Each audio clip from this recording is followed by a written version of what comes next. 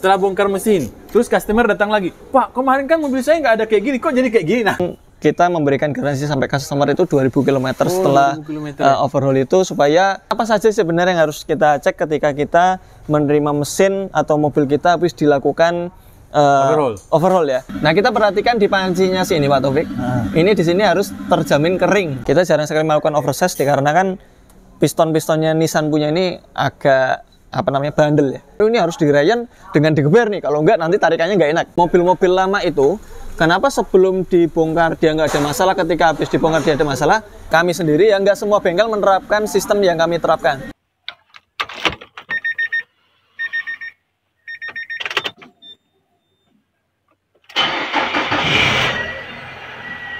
Assalamualaikum warahmatullahi wabarakatuh, Sobat Ahpedia dimanapun berada. Mudah-mudahan dalam keadaan sehat walafiat dengan kesibukan masing-masing.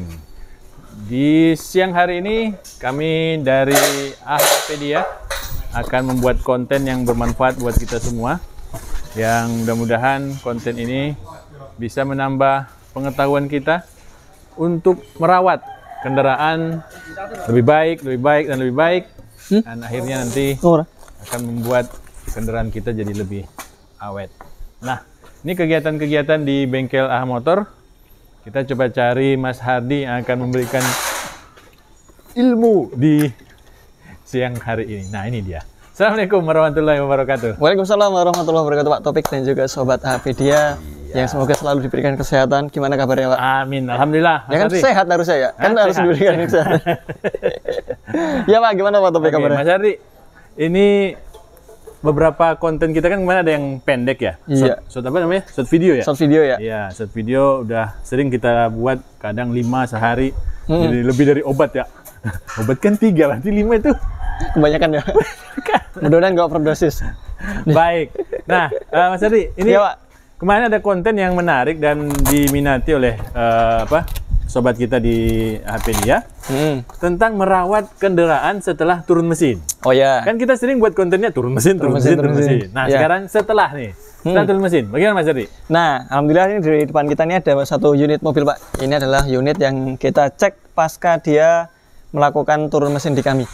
Jadi kenapa kita harus melakukan pengecekan? Ya sama seperti mobil baru pun, ketika dia habis dipakai 1000 km itu pasti pihak dealer menginginkan agar mobil tersebut kembali lagi ke bengkel resmi atau bengkel tempat mobil tersebut dibeli, supaya apa? Tujuannya adalah untuk mengetahui apakah dari mesin ini mengalami kegagalan pasca kerakitan mesin. Kegagalan yang dimaksud adalah mungkin adanya bunyi tambahan, atau mungkin adanya pincang elektrikalnya atau pengapiannya, atau mungkin ada kebocoran di sana, atau mungkin ada air yang berkurang.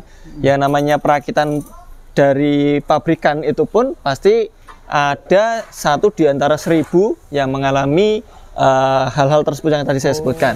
Seperti itu. Jadi untuk mengantisipasi kenyamanan customer itu tetap terjaga, kemudian keamanan mobil berkendara juga tetap terjaga, maka harus dilakukan pengecekan berkala, terutama 1000 km pertama. Begitu juga dengan kita, manusia biasa Pak, bengkel biasa. Tentu ketika kita melakukan overhaul mesin, itu kita yang namanya waktu untuk mengetes itu pasti ada. Setelah mobil dirakit kita pasti tes jalan Pak. Ya tapi kan nggak banyak Pak, jangkauan kita mungkin hanya 25 sampai dengan 60 km jaraknya. Kemudian untuk waktunya pun juga nggak begitu lama, tapi kan seminggu pertama setelah overhaul itu kembali lagi ke bengkel untuk mengetahui apakah dari pengerjaan kami ada sesuatu yang bermasalah.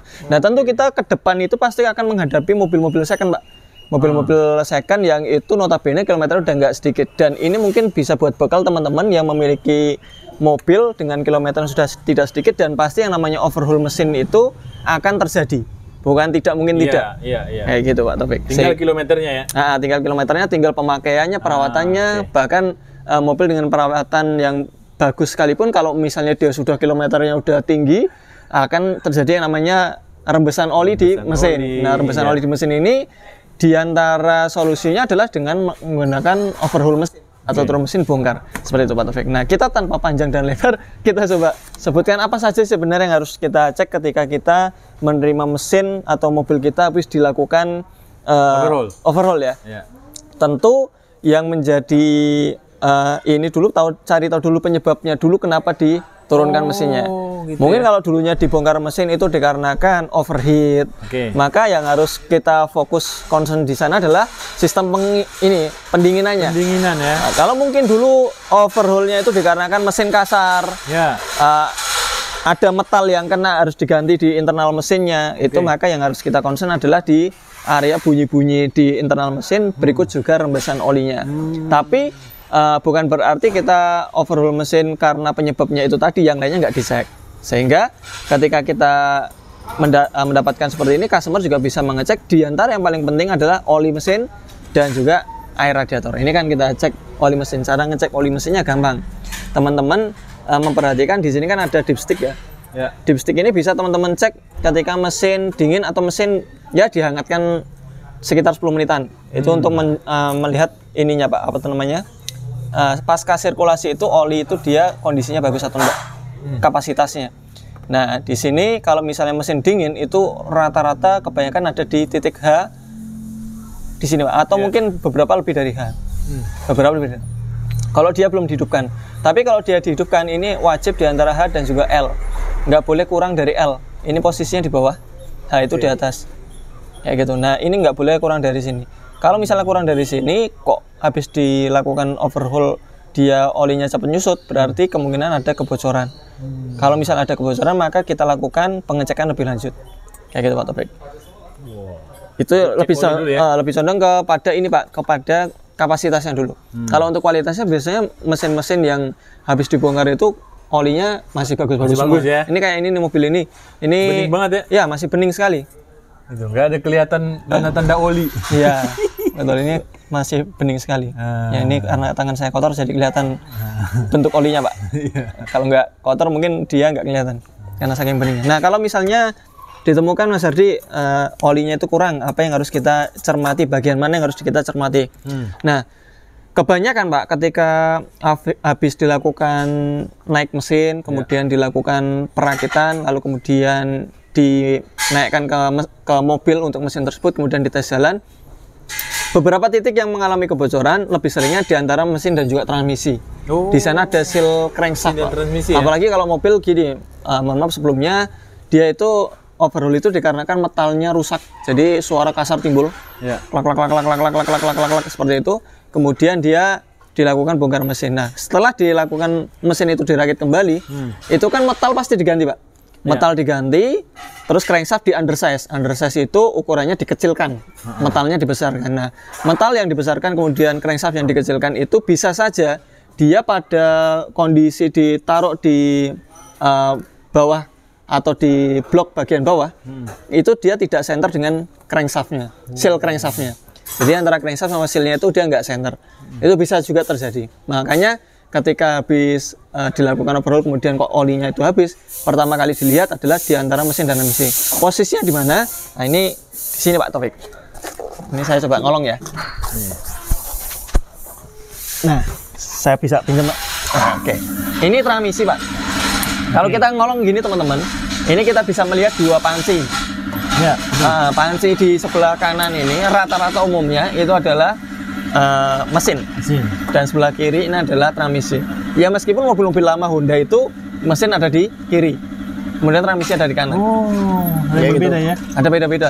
Ada yang sisi depan, ada yang sisi belakang. Nah, intinya kita harus mengenali dulu mana mesin. Mesin adalah yang ada knalpotnya. Jadi transmisi nggak mungkin ada knalpotnya Pak. Kayak gitu. Nah, ketika kita melihat di sini ada knalpot, berarti itu adalah mesin. Nah, kita perhatikan di pancinya sini Pak Taufik. Ini di sini harus terjamin kering. Kalau ini kita pasti kita lakukan yang namanya sealer Pak. Karena beberapa mesin itu dan kebanyakan mesin itu karter atau panci ini, karter mesin ini dengan panci ini itu dia kebanyakan tidak menggunakan packing. Jadi hanya bermodalkan sealer saja. Kayak gitu. Nah, kita perhatikan di area sini, di panci sini, dan juga yang paling penting yang tadi saya sebutkan adalah antara mesin dan transmisi, sambungannya. Nah, di sini kalau dia oli mesinnya itu dia sering berkurang atau tidak normal ya berkurangnya ya, atau mungkin kita parkir di garasi, kemudian ada tetesan oli, itu biasanya tetesannya dari sini Pak. Nah kalau ini kan kering ya. Ya, kering. Jadi alhamdulillah ini hasil dari pengerjaan kami, dia kondisinya sukses. Dia tidak ada kebocoran di area sini. Itu pertama. Yang kedua, tadi kan seal kenesap kan ada depan ada belakang. Iya. Ini yang sisi sebelah belakang dan yang depan sini, Pak. Depan sini. Jadi kalau kita melihat dari arah ini ada puli ya, puli utama ini. Nah, di sini dia kalau misalnya tidak ada tetesan oli, ini pun juga selamat. Iya, bersih nih, kering. Ya, ini kering. Ya kayak gitu. Ini aman, Pak. Oke. Itu rembesan pertama itu ada di seal antara seal kenesap belakang ya sama seal kenesap depan. Kemudian di sisi atas ini ada rocker cover, Pak. Ini juga berpotensi terhadap rembes. Nah, di area sini, Pak. Ini rocker cover, ini cylinder head. Ya. Antara rocker cover dan cylinder head ini ada ini, Pak. Gasket atau kalau bisa dibilang ini perpak ya. Perpak. Nah, perpak ini dia yang pasti diganti kalau kita melakukan overhaul mesin karena dapatnya kan kadang-kadang full set. Atau misalnya paket hematnya nggak beli full set tapi pasti diganti. Ini Karet itu ya? Ya, ini karet. Nah, kemudian ada di sambungan cover timing. Oh, itu? Ya, ini adalah bekas sealer. Sealer merah ya? Nah, ini sealer, kenapa sealernya spare part dari packing set itu dia warnanya merah? Itu mungkin menandakan bahwasanya mesin tersebut pernah dibongkar ulang. Oh. Kayak gitu. Sebenarnya meskipun dia merah pun juga nggak masalah, Pak, karena juga bagus juga, Pak. Ada yang abu-abu ya? Kalau pabrikan kan bawaan abu-abu, hitam, itu lebih gelap. Meskipun kita juga kalau nggak menggunakan yang packing set itu, kita menggunakan yang abu-abu dan juga hitam. Kayak gitu, Pak Taufik. Nah, itu titik-titik yang sering terjadi kebocoran. Kalau itu terjadi kebocoran, maka sebaiknya segera kembalikan lagi ke bengkel yang membongkarnya. Supaya bengkel pun juga tahu riwayatnya. Oh, ini kemarin dari sisi sebelah sini memang terjadi cacat di crankshaftnya kah? Atau mungkin terjadi pada waktu pemasangan dia ngelipet lidah sealnya kah? Atau yang lain sebagainya. Intinya kembalikan saja ke bengkel tersebut supaya nanti selain mendapatkan garansi juga bisa mengetahui historinya itu tadi, Pak. Oke. Dari sisi kebocoran. Itu dari sisi kebocoran. Kemudian dari sisi itu tadi oli, Pak. Kemudian juga air karena rentan sekali mesin tersebut dia kan ada sistem pendinginan, Pak, supaya dia tidak terjadi panas berlebih. Dan kalau misalnya tadi di awal kita sudah singgung bahwasanya sebelum mesin tersebut dibongkar penyebabnya adalah overheat. Nah, kalau overheat lebih concern lagi, kita pertama ngeceknya di sini, Pak. Ini ada tangki reservoir ya. Tangki reservoir ini dia adalah fungsinya untuk menampung air yang keluar dari radiator. Jadi radiator itu memang dia tempatnya untuk mendinginkan air, tapi ketika tekanannya itu dia berlebih, mungkin di bawah radiator itu udah penuh, kan kita kan sempat menyinggung masalah sirkulasi, Pak. Di mana mobil-mobil itu memiliki 1 atau 2 termostat. Termostat sendiri sebenarnya katup.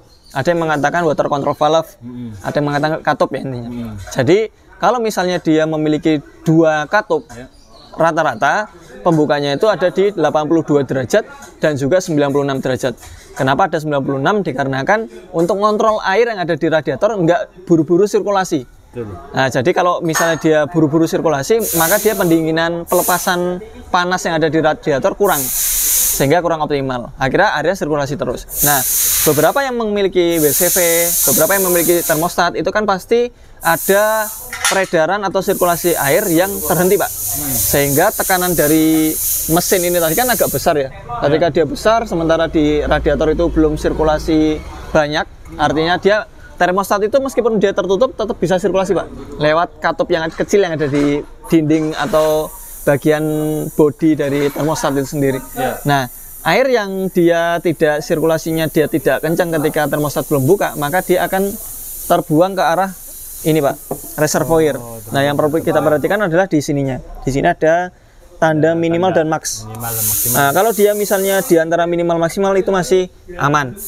Masih aman karena apa? 1000 km pertama itu memang beberapa itu kan disebabkan karena bisa jadi bleedingannya kurang matang.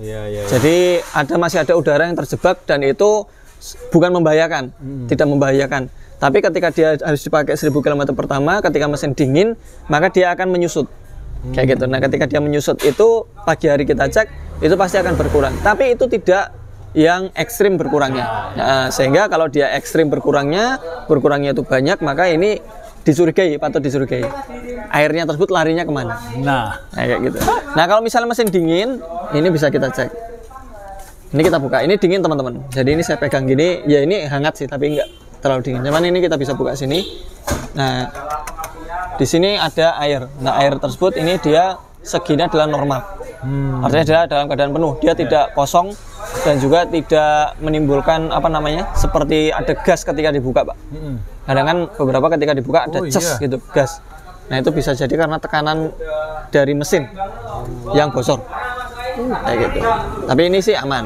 Ini aman. Wah, harusnya berarti kalau normal dibuka dia nggak ada suara mesin ini ya, suara gas tekanan. Ya tetap ada, Pak, tapi nggak banyak. Oh, nggak banyak. Cuman kan seiring dibuka itu kan ada kelihatan air. Kalau dia dibuka airnya yang nggak ada, sementara tekanannya itu banyak, berarti itu patut dicurigai. Oke. Kayak gitu. Nah, itu dua ini yang paling rutin bisa kita cek ketika kita habis mendapatkan mesin itu baru ya, Pak. Baru di ini. Sebenarnya ada lagi yang lainnya seperti oli CVT dan sebagainya, tapi itu tidak begitu penting meskipun ketika dia oli transmisi CVT, manual transmisi, float itu dia ketika overhaul itu pasti akan ditap dulu, kemudian setelahnya itu dimasukkan kembali. Tapi kan sebelumnya tidak ada masalah. Tapi kalau misalnya mau dicek pun, teman-teman bisa mengecek di area dipsticknya, Pak. Kalau untuk yang mobil ini, dia ada penguncinya. Nah, ini penguncinya ini dia belum dipasang ya, untuk memudahkan kita. Ini CVT kan ya? Ini CVT, Pak. Oh, nah, CVT ini tapi ada ininya ya? ada coakan. Ada yang tidak. Oh iya ya? Kayak Mars pun dia Matic S, tapi dia nggak dapat dipstick seperti ini. Nah, beberapa kan penguncinya ada yang unik, Pak.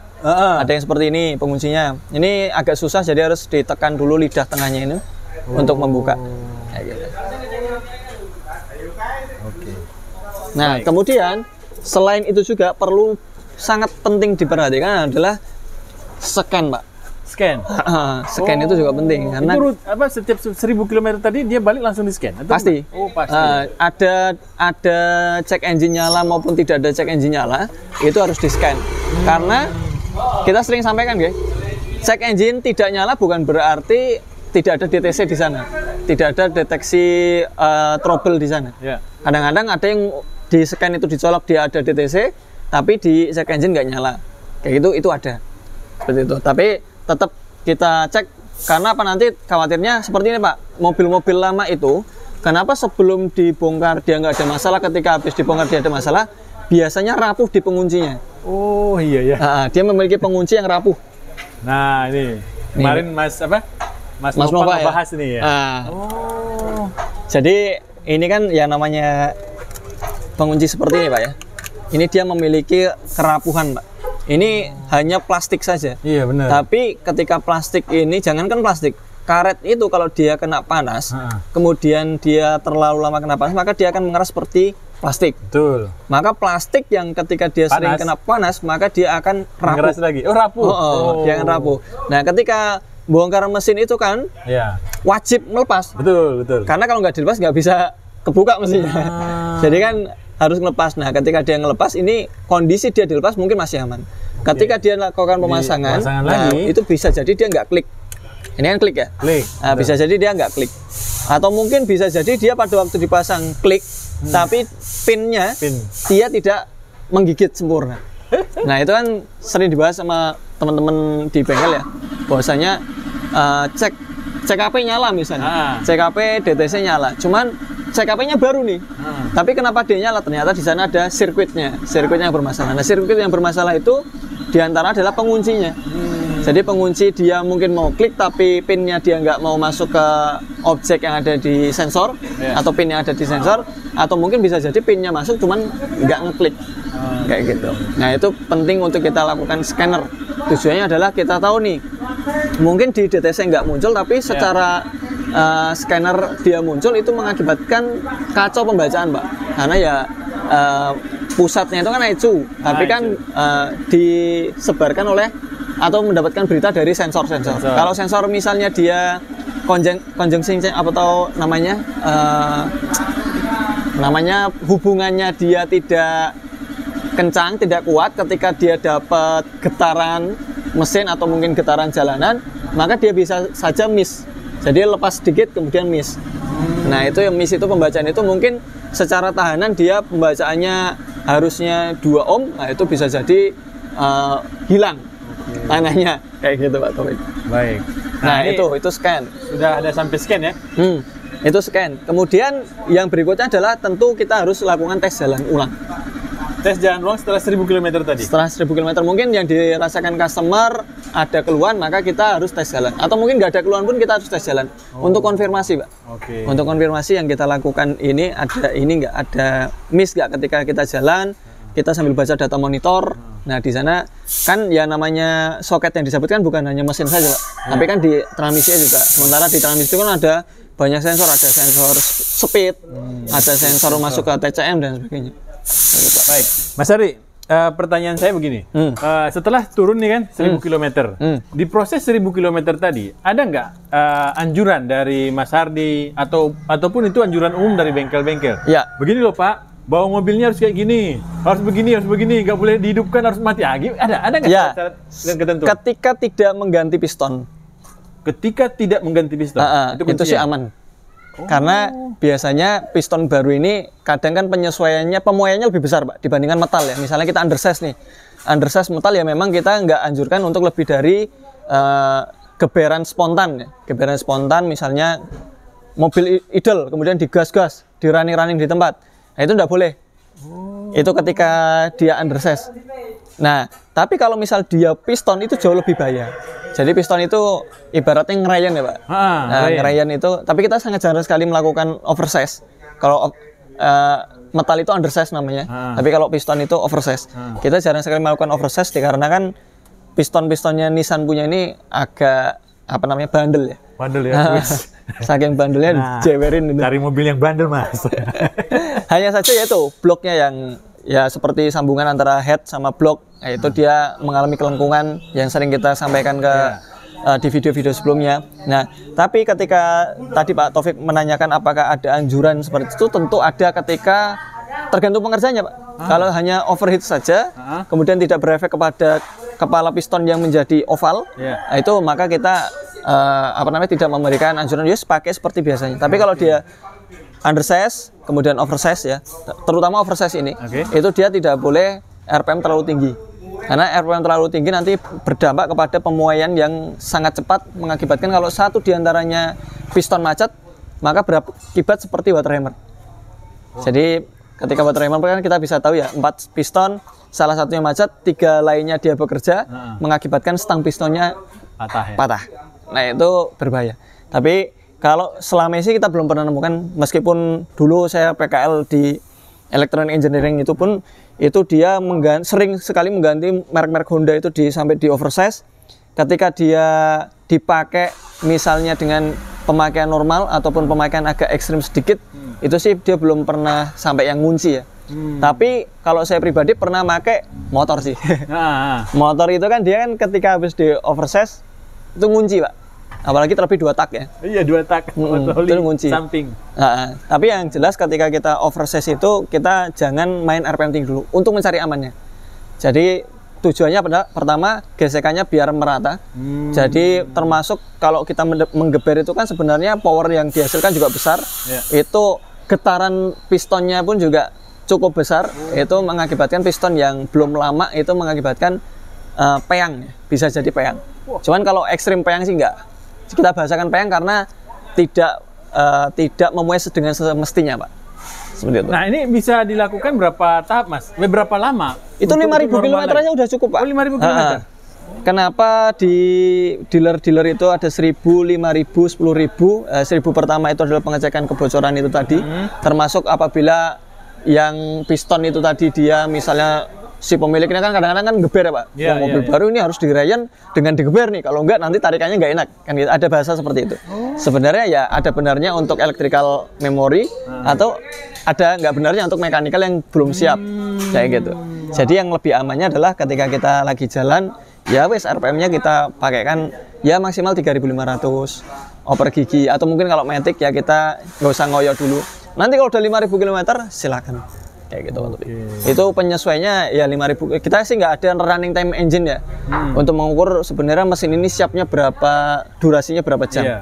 Tapi kita bisa mengukur dari tripnya atau jarak yang dipakai. Itu 5.000 km. Baik Mas Ardi, pertanyaan terakhir Mas Ardi. Ya Pak. Kan tadi Mas bilang ini soket-soket ini ada yang sudah rapuh, Ya. kering kayak gitu ya. Nah, yang paling sering Mas temukan nih setelah bongkar mesin, terus customer datang lagi, Pak kemarin kan mobil saya nggak ada kayak gini, kok jadi kayak gini? Nah, Ya, itu soket CKP namanya Pak. CKP. Nah, soket CKP itu berdampak bukan hanya mobil kemarin nggak kayak gini, bahkan mobil itu kemarin nggak kayak gini, sekarang kok saya jadi mati-mati. Habis bongkar mesin jadi mati-mati kayak gitu. Itu karena apa? Soket CKP itu kondisinya itu biasanya kebanyakan itu ada di mesin bagian belakang. Oh. Dan mesin bagian belakang itu kan sangat erat sekali kaitannya dengan knalpot, gas buang. Iya. Nah, kondisi di knalpot dan juga gas buang itu kan lebih panas, Pak. Nah, ketika soket CKP itu tadi dia dicabut, kemudian dia dipasang, itu kan tentu ada namanya perubahan gap atau celah. Nah, itu yang mengakibatkan dia mungkin pada waktu diserahkan atau pada waktu habis dilakukan tes di tempat. Oh, tes di tempat. Kan kita kan kalau ngetes kan tadi Pak, kita 25 sampai dengan 60 km. Iya. Kalau untuk beberapa mobil yang kasusnya di tanjakan lemah itu kita pasti bawa ke Gunung Kidul sana. Ke GK Auto Service sambil main. Nah, itu kan bisa sampai 100 kilo. Cuman kan dengan trip segini itu belum bisa memastikan soketnya ini kalau kondisi panasnya sedang panas-panasnya, mungkin siang hari panas, kemacetan, kayak gitu, itu bukan berarti dia tidak berpindah posisi, atau mungkin si pinnya ini tadi bukan berarti dia nggak longgar. Jadi bisa jadi ketika customer menghadapi situasi yang tidak kita tes ketika kita tes jalan, itu bisa terjadi berefek kepada soket CKP-nya tadi. Soket CKP, soket pengapian belakang itu. Itu jadi nanti efeknya apa kalau soket CKP itu tadi bermasalah?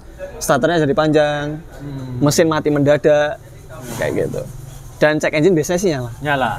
Cek engine biasanya. Apa yang dilakukan oleh Mas Ardi? Apakah diminta diganti atau memang harus diganti dari awal? Diminta kepada customer? Kalau misalnya sebelum diserahkan itu sudah kita temukan dia rapuh, ketika awal dibuka kayak tadi saya membuka ini Pak, itu dia begitu dipencet locknya ini kan lock ya, unlocknya kita pencet, cerek gitu, dia udah patah, wajib ganti. Kayak gitu. Kan ada yang patah, ada yang nggak patah. Ini kan kebanyakan kan kalau untuk yang mobil-mobil 2010 ke atas masih aman lah ya. Tapi kalau mobil-mobil yang tahun 2000, 2004, misalnya X-Trail Serena yang tahun-tahun keluaran pertama, nah, itu kan dia sangat rentan sekali, apalagi mesin QR25 kan dia panas ya. Nah, itu kan rentan sekali terhadap pecah. Nah, kalau udah pecah, biasanya di awal itu udah kita langsung ganti, Pak. Ganti pakai part yang nggak baru. Copotan. Karena baru tidak ada yang menjual. Oh, nggak ada yang jual lagi. Kecuali KW. Oh, KW. Nah, kalau KW kita temukan yang baru, kita bisa pasangkan. Tapi kalau misalnya dia tidak ditemukan yang baru, sementara adanya yang ex Singapura itu kan, kalau teman-teman Singapura itu kan dapat mobil gelondongan itu biasanya hanya main-main yang utama saja, Pak. Gunting-gunting ya? Nah, gunting-gunting yang utama saja, sementara yang sub-sub perbagian itu dia tidak dirusak. Nah, itu biasanya teman-teman yang menjual barang-barang copotan, soket-soket copotan itu, dia biasanya digunting di pangkalnya sini, Pak. Sebelum pangkal sini dia digunting. Ininya tetap kondisi tertancap. Kayak gitu. Karena ada dua kemungkinan, Pak. Kondisinya kalau kita ganti hanya ininya saja, itu bisa jadi merusak rumahan pin. Nah, kalau rumahan pinnya rusak, sangat eman-eman atau sangat percuma. Kita mengganti sementara rumahan pin yang mengunci pin itu tadi, ini tadi kan saya coba buka ya, Pak. Nah, ini adalah pinnya di sini. Ini adalah rumahan pin. Kalau kita buka ini kan kita kan memasukkan jarum atau sesuatu yang tajam dimasukkan untuk membuka lock pinnya. Nah, kalau lock pinnya dia terbuka baru bisa dicabut dari kabel belakang. Nah, beberapa lock pinnya ini karena saking rapatnya itu nggak bisa dicabut, Pak. Yang nggak bisa dicabut itu dipotong. Nah, semua pun yang nggak bisa yang bisa dicabut pun biasanya sama teman-teman copotan itu dipotong. Nah, tujuannya kalau kita misalnya mau ganti, kalau misalnya bisa dicabut, maka kita pinnya ini masih tetap pakai yang lama, kemudian dimasukkan ke rumah yang baru. Tapi kalau misalnya dia terlalu rapat, misalnya yang terlalu rapat tuh soket MAF. Ini rapat, Pak. Ini kan kalau coil kan besar ya. Nah, sementara kalau soket MAF itu kan dia kan terlalu rapat ini. Kalau Pak Taufik bisa kameranya ke depan ini. Nah, ini intinya ini lebih rapat. Nah, kalau lebih rapat ini nggak bisa dicopot pinnya, Pak. Harus dipotong sini, kemudian Yang lama kita potong juga, kita solder. Bukan disambung ulir ya, tapi di solder. Nah, seperti itu Pak. Jadi kalau kami sendiri ya nggak semua bengkel menerapkan sistem yang kami terapkan. Kalau kami kan ketika ketika habis overhaul mesin itu pasti kita sampaikan kepada pemilik 1 minggu setelahnya bawa ke bengkel. Tujuannya tripnya nggak terlalu jauh, kemudian waktunya nggak terlalu panjang untuk mengetahui kalau misalnya dia terjadi kebocoran pasti kita garansikan kemudian kita lakukan perbaikan ulang. Cuman kebanyakan sih aman ya? Sejauh ini sih aman. Tapi memang kita pernah menemukan yang dia udah parah banget Pak Taufik. Misalnya kayak antara blok mesin dan juga head yang di sini Pak Taufik, itu dia sering mobilnya sebelumnya udah pernah dilakukan slap head. Kemudian bloknya udah pernah di slap, kemudian dia terjadi overheat lagi. Akhirnya kan dia kan melengkung lagi. Di sini kan ada batas Pak Taufik ya. Betul. Ada lampunya Pak Taufik? Nggak ada ya? Ini saya coba. Nah ini. Di sini ada batas teman-teman, ada cowakan gitu ya. Nah ini beberapa cowakannya ini dia sampai yang mendekati limit. Nah kalau yang sampai mendekati limit itu mengakibatkan gini Pak Taufik. Misalnya ini adalah mesin ya, mesin kemudian ini adalah saya anggap ini sebagai cover timing. Harusnya dia kan rata seperti ini. Dikarenakan mesin dan juga bloknya itu dia pernah diselap maka dia mesinnya turun seperti ini. Akhirnya ini cover timingnya ini kan dia kan akan mengikuti turun ke bawah. Itu berakibat pada seal crankshaftnya yang di sini menjadi tidak center karena di sini ada knocknya ya, ada knock yang ada di cover timing seperti ini. Itu dia mengikuti knock dari head silindernya. Akhirnya ketika dia head silindernya itu turun, itu mengakibatkan knocknya juga turun, cover timingnya turun. Akhirnya lubang crankshaftnya itu menjadi tidak center. Tertekan itu yang pernah kita temukan bahwasanya itu jadi nggak center antara crankshaft dengan cover timingnya, sehingga sealnya yang ada di sekelilingnya crankshaft itu menjadi ada yang terbuka kayak gitu. Nah ada yang terbuka, iya betul. Di kilometer awalnya sih masih aman, tapi begitu baru dipakai sekitar 500 km kalau nggak salah, itu di garasi udah ada tetesan. Karena apa? Sealnya menjadi peang. Nah, sealnya menjadi peang, udah nggak elastis lagi. Akhirnya ketika itu ya kita ngakalinya knocknya dibuang.